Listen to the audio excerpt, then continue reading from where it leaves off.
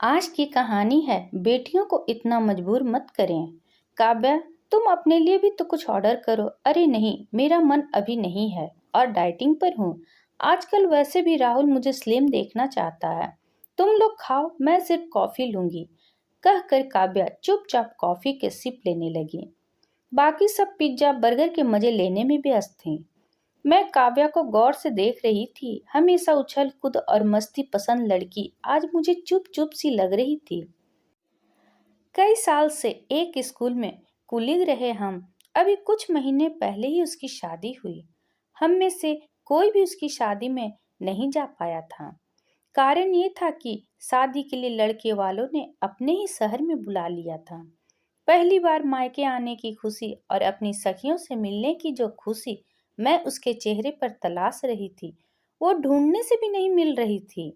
मुझे उसने हमेशा से एक बड़ी बहन का दर्जा दिया। हर बात बताती, अपने मायके की पैसों की तंगी, बहनों का रूखा व्यवहार, पिता की सैलरी के सारे पैसे ले लेना, यहाँ तक कि कितने लड़कों ने शादी के लिए उसे रिजेक्ट किया। सब। मैं उसे कई बार बोलती कि क्यों दे देती हो तुम अपनी सारी सैलरी, कुछ तो रखो अपने पास भी। पर उसके लिए परिवार पहले, बाकी सब बाद में। अपने लिए कुछ नहीं बचाने का उसका फैसला उसे कितना भारी पड़ा, ये मुझसे छुपा नहीं। उसकी शादी किन कठिन हालातों में हुई, सोचकर आंसू आ जाते हैं। पर सबसे अच्छी बात ये थी कि इतने इंतजार के बाद ईश्वर ने उसे बहुत अच्छा जीवन साथी दिया।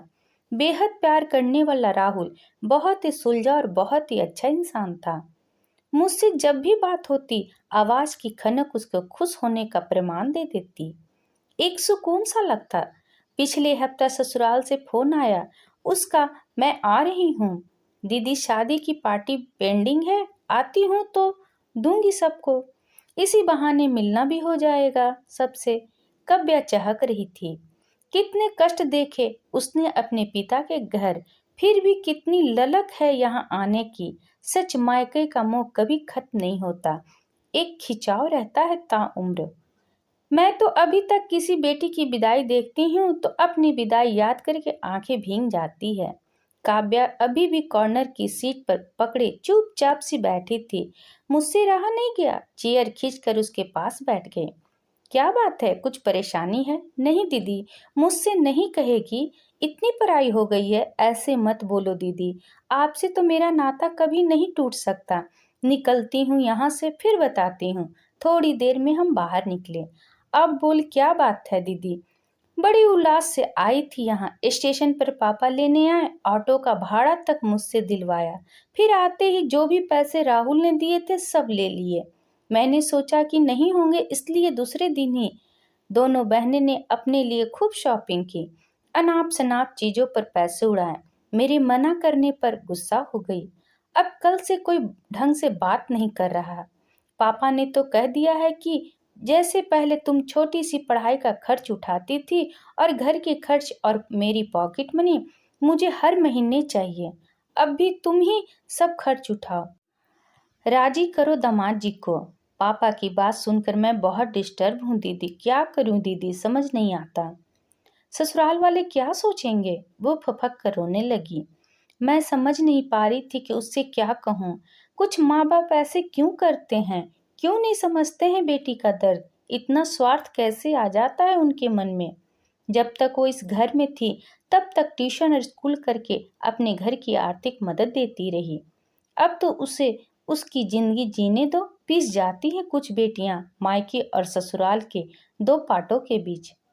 ऐसी बेटियों अगर मायके से विदा होते वक्त रोए नहीं तो उन्हें कोसना नहीं चाहिए, क्योंकि कुछ बेटियों के भाग्य में विधाता ने मायके की सुखद स्मृतियां नहीं लिखी होती।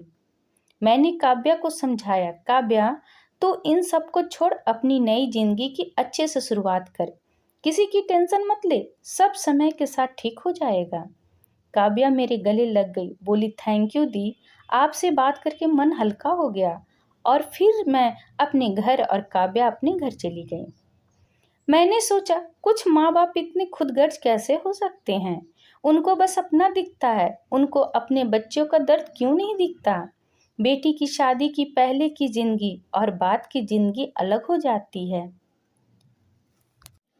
आखिर ऐसा क्यों होता है?